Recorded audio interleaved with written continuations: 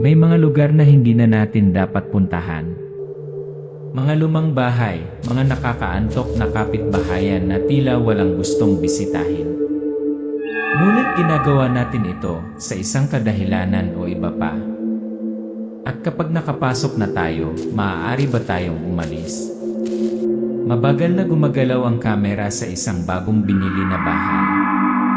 Sa loob ay mga kahon ng hindi nakapak na mga gamit. Ang lahat ay maalikabok at inaama. Ang pangunahing karakter, si Nick, isang matigas na lalaki, ay may dalang mga kahon. Tumingin siya sa kanyang relo, 2 oras 44 minuto yan. Hayaan mong ipakilala ko sa iyo, ito si Nick. Isang lalaking bagong lipat sa bahay na ito kasama ang kanyang asawa, si Mira, at anak na si Arlo. Nagsisimula ang pamilya ng bagong kabanata sa kanilang buhay sa isang tahimik na lugar na tinatawag na Willow Lane. Nasa bahay na ito ang lahat ng kailangan nila maliban sa kapayapaan. Dahil dito, may naghihintay sa kanila. Isang bagay na hindi nila nakikita, ngunit nararamdaman. Sa unang pagkakataon, may naramdaman si Nick na kakaiba sa hangin. Ang lumang pinto ay creaked sa madilim na gabi. Huminto siya, tumingin sa bakanting espasyo. Parang may nakatingin sa kanya mula sa labas ng bintana. Walang nagtuturo sa iyo kapag lumipat ka sa isang bahay na ganito. It's the silence. It's not peace, it's the absence of all the sounds a house should have. And just when you feel comfortable, just when you think everything is okay, it starts again. Just when you can't take it anymore, just when you think you can breathe it, you see things that you can see. Binuksan ni Nick ang bintana para pumasok ang malamig na hangin. Bigla niyang napagtanto na mula sa nakapalibot na mga bahay, ang lahat ng mga kapitbahay ay nakatayo sa labas sa kanilang mga bakuran, nakatayo lamang, tahimik, at nakatingin ng diretsyo sa kanyang bahay. At pagkatapos, isang gabi, sa eksaktong oras na ito, 2 oras 44 minuto, nagsimula ang lahat. Hindi maiwasan ni Nick na mapansin ang mga mata na nakatingin sa kanya. Ang kanyang mga kapitbahay, na tila walang alam sa isa't isa, ay nakatayo roon, tahimik at nakatingin sa bahay. Sa tingin mo ba normal lang iyon? Ano sa palagay mo ang gagawin ng mga tao kapag nakita nila iyon? Bumalik si Nick sa kanyang silid, ang pakiramdam ng pagkabalisa ay pumipigil sa kanya sa pagtulog.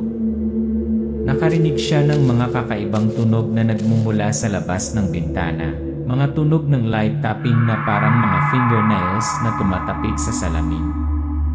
Ang kamera ay gumagalaw palapit sa bintana, kung saan may malabong handprint sa salamin. Yung mga tunog, hindi mo malilimutan.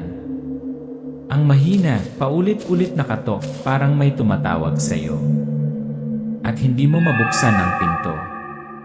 Hindi dahil sa ayaw mo, kundi dahil alam mo kung gagawin mo may magbabago ng tuluyan. Si Mira at Arlo ay mahimbing na natutulog sa kwarto, habang si Nick naman ay paikot-ikot pa rin. Tumingin siya sa kanyang relo. 2 oras 44 minuto na naman. Pakiramdam niya ay may kakaibang nangyayari. Sa sandaling iyon, may nagbago sa loob ni Nick. Isang pakiramdam na hindi masasabi. Takot ba ito? O isang kakaibang premonition lang? At pagkatapos, ang lahat ay nagsisimulang mangyari sa bilis na hindi niya mapigilan. Bumagal ang kamera, makikita ang mga kapitbahay na nakatayo pa rin sa labas, nakakapit sa mga bintana ng bahay. Nagsisimulang lumabo ang tanawin sa labas, nagiging nakakatakot ang espasyo. Anyone would feel that something is wrong. At si Nick, kahit anong pilit niyang ipaliwanag, ay hindi maitatanggi ang isang bagay. Pinagmamasdan nila siya. Pinagmamasdan nila ang kanyang pamilya. At lahat ng nalaman niya ay pinupunit ng ayon ng walang kaluluwang mga mata. Pinutol ng kamera ang isa sa mga painting ni Arlo na nagpapakita ng isang nilalang na may hindi mabilang na mga mata na nakatingin pabalik sa manonood. At alam mo, nagsimula ang lahat sa isang pagpipinta, isang painting na iginuhit ni Arlo. Isang nilalang na may napakaraming mata, isang kaibigan sa bintana, kung tawagin niya ito. Hindi niya alam na ang nilalang ay hindi isang kaibigan, ngunit isang bagay nagmumultuhan. At iyon, simula ngayon, ay magbabago ng lahat. Naglakas loob ka bang tingnan kung ano ang nakatago sa kadiliman? Mayroon ka bang lakas ng loob na harapin ang mga mata na iyon? Subaybayan ang kwento, dahil sigurado ako na kung titingnan mo ito, hindi ka na makakabalik. Ang imahe ng bahay na lumulubog sa gabi, ang liwanag mula sa mga bintana ay unti-unting kumukupas. Umalingaw sa kalawakan ng mga kakaibang ingay. Ang kamera ay dahan-dahang nag-zoom in sa bintana, kung saan may malabong figura at lahat ay kumukupas sa kadiliman. Ang kamera ay pinutol mula sa itaas patungo sa eksena ng Willow Lane. Tahimik at maganda ang kapitbahayan na magkakalapit ang mga bahay, malinis na kalye at malilim na berdeng puno. Ang araw ay sumisikat ng mainit na dilaw na liwanag na lumilikha ng isang mapayapang larawan. Biglang naputol ang kamera, lumipat sa isang luma at tahimik na bahay, nakatayo mag-isa sa sulok ng kalye. Willow Lane, isang suburban neighborhood na kasing ganda ng nasa larawan, kung saan ang bawat bahay ay may kwento. At may isang pamilya na kararating lang dito na nagdadala ng pag-asa ng bagong buhay. Ngunit marahil ay hindi nila alam na ang bahay na ito at ang kapitbahayan na ito ay hindi lamang nagtatago ng kapayapaan, kundi pati na rin ng mga sikreto. Kapag nakapasok ka, hindi ka na makakaalis ng madali. Lumipat ang kamera sa bakuran ng bahay. Isang maliit na truck ang nakaparada sa harap ng pinto. Ang pamilya ni Nick ay abala sa paglilipat ng mga gamit sa bahay. Si Nick, isang lalaking nasa edad 30, ay may dalang malaking kahon. Si Mira, ang kanyang asawa, ay gumagabay sa kanilang anak na si Arlo, na mga 4 na taong gulang, upang magdala ng maliliit na laruan. Mukha silang pagod pero masaya. Nick tumingin sa bahay, nag-aalala, napakaluma na. Ang bahay na ito ay hindi tulad ng naisip natin. Mira, nagpapasok ng mga bagay-bagay, nakangiting masayang, sa tingin ko ito ay maganda. Ito ay may sariling kagandahan, hindi mo ba nakikita? Tingnan mo ang mga detalyeng ito, bawat pinto, bawat pader, magdadala sila ng magagandang alaala sa atin. Nakatayo si Nick sa pangunahing pinto ng bahay, nakatingin sa loob sa bintana. Madilim at malabo ang tanawin sa loob ng bahay. Ang mahinang sinag ng sikat ng araw ay sumisikat sa mga lumang bitak ng bintana na lumilikha ng malamig at malungkot na espasyo. Mukhang hindi comfortable si Nick. Para kay Mira, ito ay isang bahay na may potensyal. Isang bahay na kayang ibigay sa kanila ang lahat ng kailangan nila. Ngunit iba ang pakiramdam ni Nick. Hindi ang magic na nakikita ni Mira, kundi isang madilim at mabigat na pakiramdam. Parang ang bahay na ito ay ayaw nilang manatili. Inipan ng kamera ang mga detalye ng bahay. Isang lumang painting, isang sirasirang upuang kahoy, at mga mansa sa mga dingding. Mga lumang bagay hindi inaalagaan. Isang madilim, hindi komportable na kapaligiran. Nick, nagpapabuntong hininga, nakasimangot, hindi ko alam, Mira. Ang bahay na ito ay hindi tulad ng iniisip mo. May kakaiba dito. Mira, nakangiti pa rin, naglalakad sa loob, lumilingon sa paligid ng bahay, masyado kang nag-aalala. Magiging ayos lang. Kailangan lang ng kaunting oras para buhayin ito. Naglilinis ng sala sina Mira at Arlo. Nakatayo si Nick sa pintuan, pinagmamasdan silang mabuti. Isang malakas na kalabog mula sa itaas ang bumulaga kay Nick. Lumingon siya, ngunit kapag umakyat siya sa hagdan upang mag-imbestiga, walang iba kundi tahimik na kadiliman. Ang espasyong ito, ang bahay na ito parang may naghihintay. Hindi may paliwanag ni Nick ang kakaibang pakiramdam na ito, ngunit alam niya ang isang bagay na sigurado, ang bahay na ito ay higit pa sa isang tirahan. Mayroon itong sariling mga kwento, mga sikreto na kapag nakapasok ka, hindi ka na makakaalis. Si Arlo ay tumakbo palabas ng silid na may hawak na larawang nakasulat. Tumingin siya sa larawan at pagkatapos ay bumalik kay Nick, ang kanyang mga mata ay nagniningning.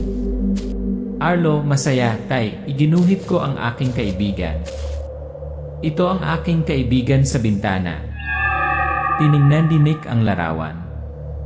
Ang larawan ay isang itim na silweta na may maraming mga mata na nakatitig sa manonood. Bahagyang kumunot ang noo niya, lumaki ang pagkabalisa niya. Narrator, tense, malumanay na boses. Hindi naiintindihan ni Arlo na ang mga haka-haka na kaibigan ng mga bata ay hindi palaging hindi nakakapinsala. At marahil, ang kaibigan sa bintana na iginuhit ni Arlo ay ang simula ng mga kakaibang bagay na kailangang harapin ng kanilang pamilya. Lumitaw si Mira, tiningnan ang larawan at mumiti. Mira, masaya, siguradong magkakaroon ng espesyal na kaibigan ang batang ito. Anyway, anak, makipaglaro ka sa tatay mo saglit. Inilabas ng kamera ang bintana, kung saan makikita ang mga nakapalibot na bahay. Tahimik ang paligid, walang tao sa kalsada. Saglit na huminto ang kamera, at biglang may nakita kaming figurang nakatayo sa bintana ng bahay sa kabilang kalye, nakatingin sa bahay ni Nick. Walang nakakaalam na isang sulyap lang sa bintana sa isang madilim na gabi ay makakapagbago ng lahat. At sa lugar na ito, hindi lamang kapayapaan ang umiiral. Eksena ng paglipat ng pamilya ni Nick sa bahay, abala ang lahat. Si Mira ay naglalabas ng mga gamit sa sala, at si Nick naman ay nagsusuri ng mga kagamitan sa kusina.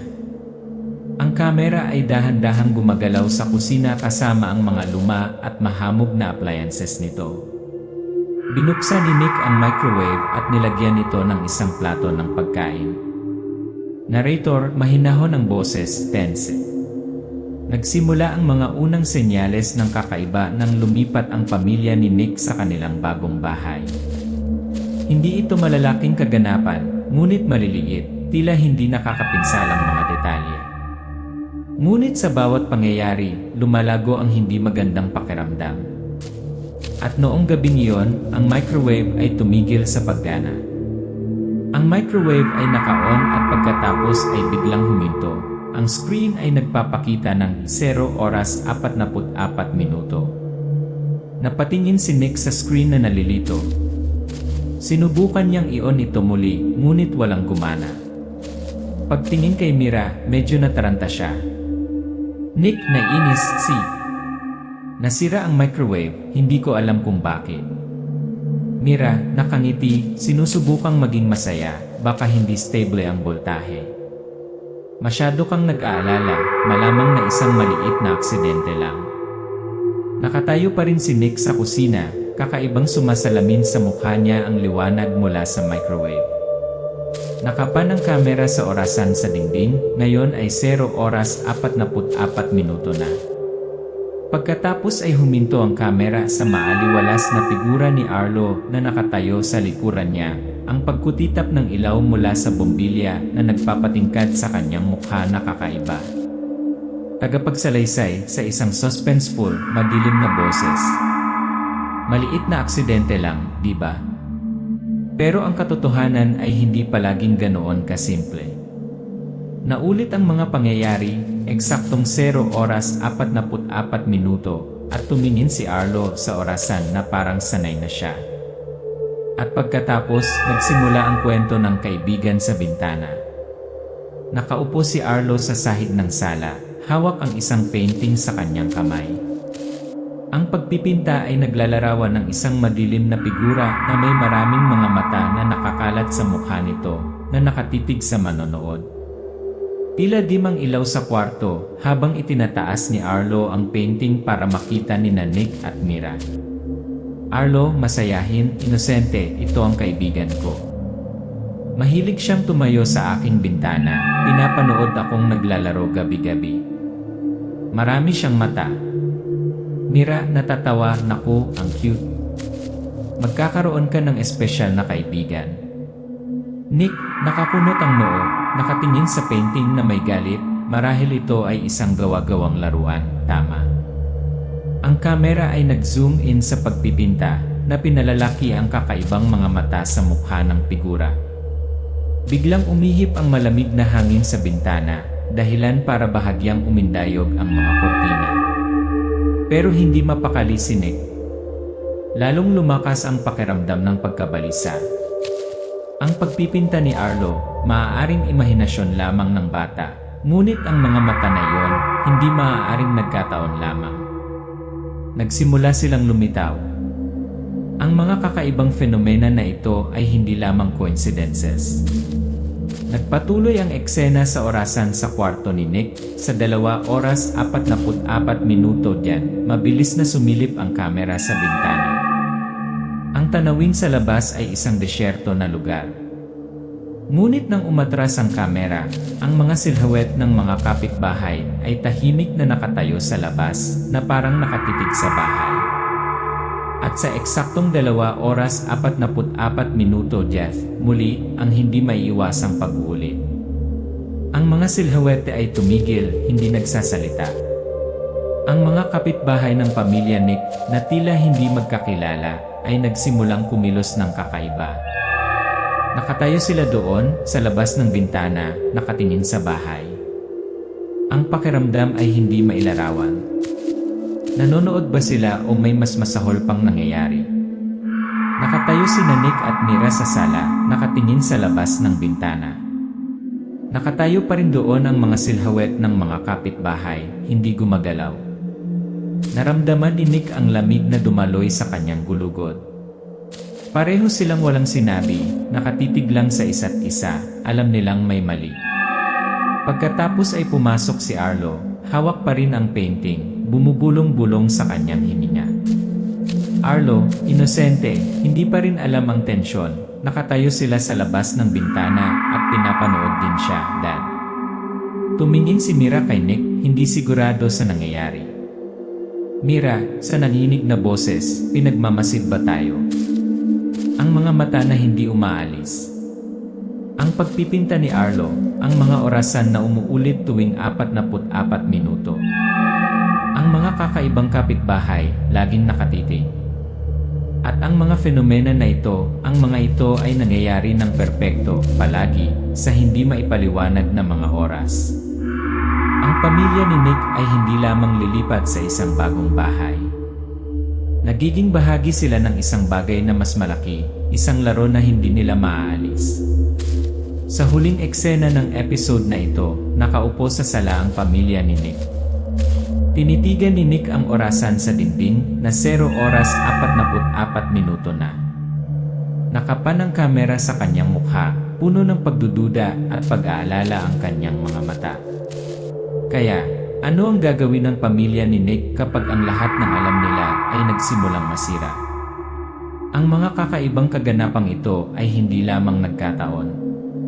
Hindi lamang ito basta-basta na mga pangyayari. Mabilis silang lumalapit sa iyo at ito hindi titigil hanggang sa huli na ang lahat.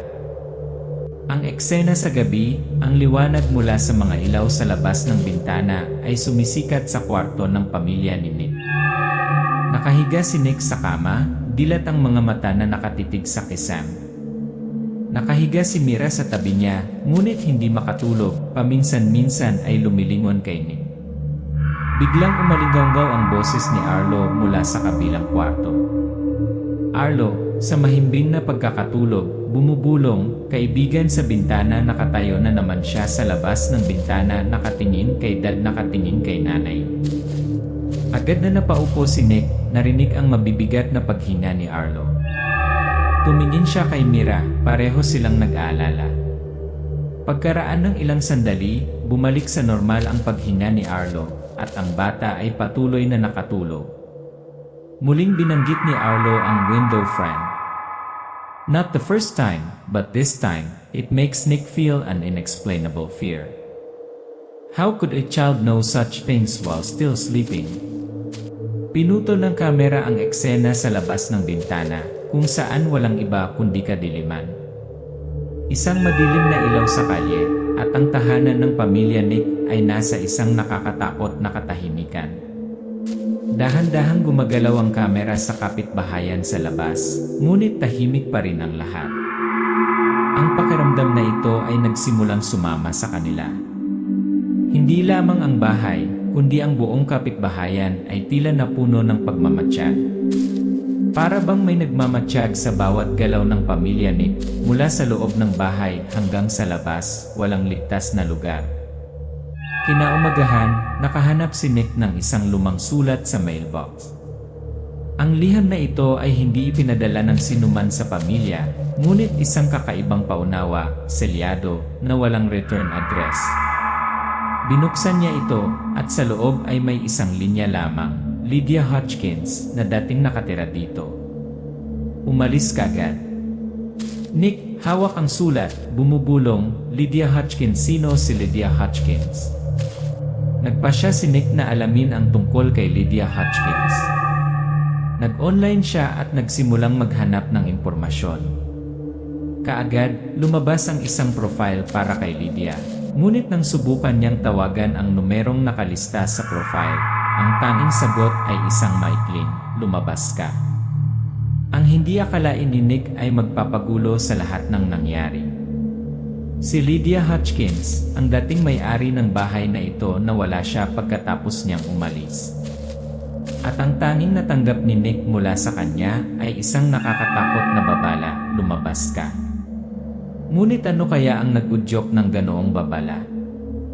Bumaling ang kamera kay Nick na nakaupo sa kanyang opisina, nakatitig sa kanyang laptop. Hindi niya maiwasang isipin ang sulat at babala. Muli, tumingin siya sa kanyang smartwatch, at biglang nagliwanag ang screen na may kakaibang imahe. At pagkatapos, unti-unting lumitaw ang katotohanan. Ang smartwatch, isang aparato na para lamang sa pagsubaybay sa kalusugan, ay naging pinagmulan ng isang bangungot. Sa screen ay isang kakaibang silhawete, eksaktong katulad ni Nick na nakatayo sa labas ng bintana ng bahay, nakatingin. Sigurado si Nick na siya ay nasa bahay nang lumitaw ang imaheng ito. Kaya sino ang nakatayo sa labas ng bintana? Mabilis na naputol ang kamera, nagmamadaling lumabas si Nick, binuksan niya ang bintana at dumungaw sa labas. Walang iba kundi kadiliman at katahimikan. Lumingon siya, namumutla ang mukha, pakiramdam niya ay may nakatingin sa kanya mula sa likuran. Nick, huminga ng malalim, nag-aalala, hindi pwede hindi ako. Pagsasalaysay, tense, dramatikong boses. Sa puntong ito, alam ni Nick na ang mga bagay ay masyadong malayo. Ang mga kakaibang fenomena ay hindi na nagkataon. Isang figura na kamukha niya ang nakatayo sa labas ng bintana. Kaya ano ang gusto nila? Ano ang nangyayari sa bahay na ito? Ang camera pan sa silhouettes ng mga kapitbahay sa kapitbahayan. Nakatayo sa labas ang mga Fletcher at Cooper, nakatingin sa bahay ni Nick. Hindi sila umimik, tumayo lang na may mahiwagang mga mata. At pagkatapos, ang mga kapitbahay ay hindi mga normal na tao. Fletcher, Cooper, may mali sa kanilang lahat. Ang mga mata na iyon ay hindi normal na mga mata ng mga tao. At nagsisimula kaming magtaka, ito ba ay isang eksperimento o isang laro na kanilang nilalaro? Bumalik si Nick sa bahay, nakatayo sa tabi ng bintana at dumungaw sa labas. Nagiging malabo ang tanawin sa paligid na para bang unti-unting natatakpan ng hindi nakikitang anino ang lahat. Dahan-dahang humiwalay ang kamera, naiwan si Nick na nakatayo doon, nababalot ng kaba ang hangin. Nagsisimulang napagtanto ni Nick na ang kapitbahayan na ito, ang bahay na ito ay hindi ang payapang lugar na inakala niya. Lahat ng mga bagay na ito, ang mga larawan, mga tanawin, ang mga damdamin, lahat sila ay hindi maipaliwanag na magkakaugnay. At unti-unti nitong hinihila ang pamilya ni Nick sa isang spiral na walang paraan. Late night scene sa sala, ang liwanag mula sa dim desk lamp na tumatanglaw sa mukha ni Nick. Mag-isa siyang nakaupo, nanginginig ang kamay habang hawak ang kanyang relo. Nag-ilaw ang screen na nagpapakita ng kakaibang imahe ng nakatayo sa labas ng bintana sa 2 oras 44 minuto. Diyan, si Nick ay humihingal, ang kanyang mga mata ay ligaw at nalilito. Walang duda tungkol dito, ang katotohanan ay hindi maikakaila. Hindi sila makakalabas. Bawat sandali ay isang pag-uulit. Bawat senyales ay nagpapatunay ng isang bagay, na kulong sila. Sa isang bahay, sa isang kapitbahayan, sa ilalim ng mainat na mata ng hindi nakikitang mga mata na hindi nila maintindihan. At ngayon, lahat ng ito ay nagsisimulang madaig ang pamilya ni Nick na pinipilit silang harapin ang hindi maiiwasang krisis sa pag-isip. Mabilis na pinutol ng kamera si Mira na nakatayo sa kusina, hawak ang isang basag na mangkok. Tinitigan niya ito, pagkatapos ay dahan-dahang lumingon kay Nick. Ang kanyang mga mata ay pagod. Pareho silang mukhang tense, parang wala na silang lakas para magtiis. Mira, nanginginig, nag-aalala, Nick, I can't take it anymore. Everything has become too strange, too scary. We can't stay here anymore. Nick, medyo pagod, ngunit medyo determinado ang kanyang boses, ganyan din ang pakiramdam ko. Pero paano tayo alis? Pinagmamasdan tayo ng buong kapitbahayan. Pakiramdam ko ay may humaharang sa atin. At ang mga kapitbahay hindi sila normal na tao. Pinuputol ng kamera ang isang eksena sa gabi sa labas ng bintana. Madilim at tahimik ang labas. Nakatayo sina Nick at Mira sa tabi ng bintana, nakatingin sa desyerto na lugar. Tanging ang mahinang liwanag mula sa mga street lamp ang sumasalamin sa lupa. Biglang may kakaibang ingay mula sa bakuran na ikinagulat nilang dalawa. Mabilis na nagpan ang kamera sa bintana, huminto sa isang figurang nakatayo sa kadiliman. Narrator, tinig ang boses, kinakabahan. Hindi na kinaya ng pamilya ni Nick. Gabi-gabi, bawat kakaibang ingay, bawat figura sa labas ng bintana ay parang hindi sila makahinga. Nagpasya silang umalis. Ngunit hindi ito kasing dali ng inaakala nila. Dahil ang kapitbahayan na ito ay hindi lamang isang tirahan. Naging bitag ito. Naghahanda ang pamilya ni Nick na umalis isang gabi. Inilalagay nila ang kanilang mga gamit sa kotse, ngunit halata sa kanilang mga mukha ang tensyon. Si Mira ay nagmamadaling ipasok ang sasakyan, habang si Nick ay tumitingin sa paligid, puno ng pagkabalisa ang kanyang mga mata. Nick, nagmadali, nababalisa, bilisan mo, hindi na tayo makapaghintay. Umalis ka na lang dito. Mira, tumingin sa paligid, natatakot, sa tingin mo ba makakatakas tayo? Tignan mo, lahat ng bagay sa paligid natin ay nagbabago. Pinagmamasdan tayo at walang paraan para makatakas. Aerial shot ng kotse ng pamilya ni Nick na umalis sa bakuran. Kakaibang nagbabago ang tanawin sa labas ng bintana. Ang dating pamilyar na daan ngayon ay nagiging malabo at baluktot. Tila lumabo ang mga ilaw sa kalye, at ang mga nakapalibot na bahay ay parang mga multo, tahimik na nakatayo, walang buhay. Ngunit habang nagsisimula silang umalis, ang hindi maisip na mangyayari. Ang kapitbahayan ay tila hindi na ang lugar na alam nila. Ang kalsada, ang mga bahay, lahat ay nagbabago. Ang espasyo sa kanilang paligid ay tila kontrolado ng isang hindi nakikitang puwersa. At ang pamilya ni Nick ay napagtanto ng isang bagay na masakit, hindi sila makakatakas. Naputol ang pagbaril sa kotse ng pamilya ni Nick na huminto sa isang sangang bahagi ng kalsada, kung saan sa harap nila ay may malabo, hindi maabot na kalsada lamang. Dahan-dahang lumingon ang kamera kay Nick na nakatingin sa labas ng bintana. Nakita ang isang figura na kamukha niya na nakatayo sa labas, na inuulit ang kanyang mga kilos. Nick, hinihingal, nakatunganga, kami hindi makalabas. Hindi matuloy. Mira, nataranta, hinawakan ang kamay ni Nick. Anong nangyayari sa atin, Nick? Bakit tayo napadpad dito? Dahan-dahang lumabas ang kamera. Iniwan ang pamilya ni Nick na nakaupo sa kotse, puno ng takot ang kanilang mga mukha. Ang screen ay kumukupas sa itim, na tanging ang mahinang ilaw mula sa streetlight sa labas ang sumisikat. There's no way out. There's no choice. They're trapped in a perpetual cycle where space, time, and freedom are all controlled by a force na hindi nila naintindihan. They're no longer the masters of their own lives. Naging mga sangla sila sa larong hindi nila matatakasan. Ang kamera ay nakaharap sa bintana ng bahay, kung saan ang dilim ay bumagsak.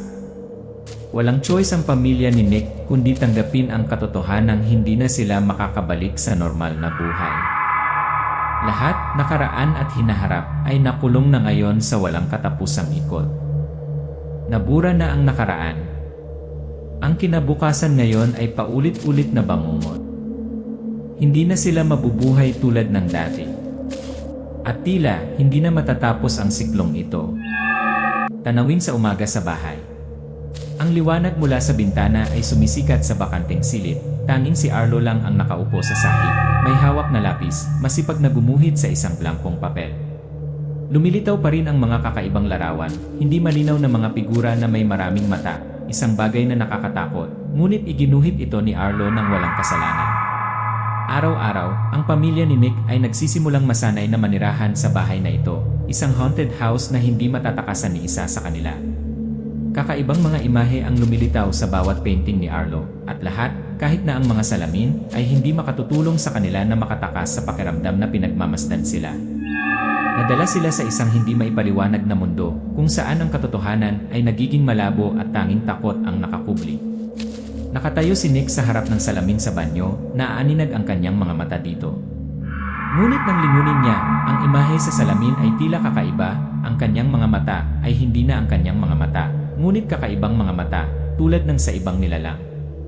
Sa pagtingin pa lang sa salamin, hindi sila makatakas sa pagmamatyag.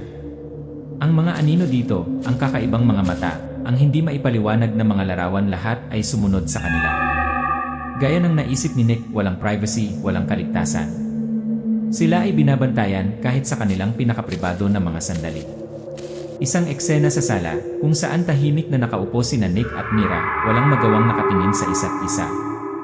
Naglalaro si Arlo sa katabing kwarto, nagdodrawing pa rin. Mabigat ang hangin sa loob ng bahay, ang liwanag mula sa bintana ay nagsimulang kumupas ng lumubog ang takip silim. Mira, parang pagod, tumitig ang mga mata sa kalawakan. Nick, hindi ko alam kung kakayanin ko pa ito. Araw-araw, gabi-gabi na kulong tayo dito. Hindi na tayo nabubuhay, umiiral na tayo. Nick, sa isang determinado, ngunit nag-aalalang boses, hindi tayo mabubuhay ng ganito magpakailanman. Kailangan nating maghanap ng paraan. Ano man ang mangyari. Lumabas si Nick sa bakuran at tumingin sa paligid.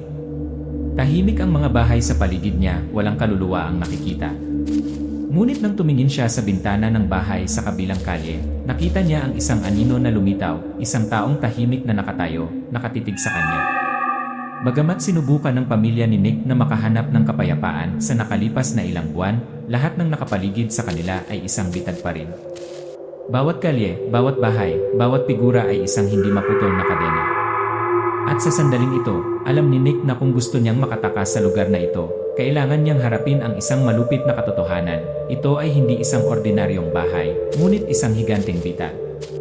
Nagpasya si Nick na kumilos. Binalak niyang sirain ang kontrol ng bahay at kapitbahayan. Hinanap niya ang bawat posibleng impormasyon tungkol kay Lydia Hutchins at sa lumang bahay, determinadong makahanap ng paliwanag para sa mga kakaibang bagay. Isinulat niya ang mga pangyayari, ang mga oras kung kailan naganap ang mga supernatural na fenomena. Narrator, boses na puno ng determinasyon. Hindi ito ang oras para mag-alinlangan. Si Nick ay nagsimulang kumilos ng matino. Hinanap niya ang bawat dokumento tungkol sa bahay, tungkol kay Lydia Hutchins, tungkol sa lahat ng kakaibang bagay na naranasan nila. Kahit na ang panganib, kailangan niyang humanap ng paraan para masira ang kakaibang ugnayang ito, para protektahan ang kanyang pamilya mula sa mga di nakikitang puwersa na kumokontrol sa kanila. Tumayo si Nick sa harap ng bahay ng mga Fletcher. Balak niyang kausapin ang mga ito para malaman pa ang katotohanan. Ngunit sa kanyang pagpasok, ang bahay ay lumulubog sa kadiliman at kakaibang ingay ang naririnig. Nick, huminga ng malalim, nagsasalita sa sarili, kailangan kong malaman ang totoo. Kailangan kong humanap ng paraan para makaalis dito. Bumalik ang kamera sa pamilya ni Nick sa sala, habang sinisimulan nilang talakayin ang mga kamakailang kaganapan. Muli, ang orasan sa dingding ay eksaktong 2 oras 44 minuto gen, isang mahinang katok ang narinig mula sa bintana. Ngunit kapag naisip nila na mayroon silang susi sa paglaya mula sa kontrol, sila ay itinapon sa isa pang loob. Ang mga kakaibang bagay ay patuloy na nangyayari, ngayon na parang sila ay itinadhana. Sa tuwing sinusubukan nilang takasan ang bahay na ito, mayroong isang hindi nakikitang puwersa na nagtutulak sa kanila pabalik. Bumalik si Nick sa silid kung saan nakatira ang kanyang pamilya. Naglakad siya patungo sa bintana, nakatingin sa labas, ngunit ngayon, ang mga figura sa kadiliman ay mas malinaw kaysa dati, sila ay nakatitig sa kanya. Matatakasan ba talaga nila ito? Maaari ba nilang palayain ang kanilang mga sarili mula sa pagmamatsyag at kontrol ng mga di nakikitang nilalang? O ang pamilya ni Nick ay mabubuhay magpakailanman sa ilalim ng pagmamatsyag ng mga kakaibang figure na iyon na hindi makakahanap ng kapayapaan? Dahan-dahang humiwalay ang kamera, ipinakita ang pamilya ni Nick na nakatayo sa silid, ang mahinang liwanag na sumasalamin sa kanilang mga mukha. Lahat sila ay tila nasa isang mundong nakulong na walang daan palabas. Ang kwentong ito ay malamang na walang malinaw na pagtatapos. Mayroon lamang isang malabo na pakiramdam, hindi matitinan. Makakahanap ba sila ng paraan upang mabuhay o magiging walang kabuluhan ang lahat ng kanilang pagsisikap? Sasabihin ng oras.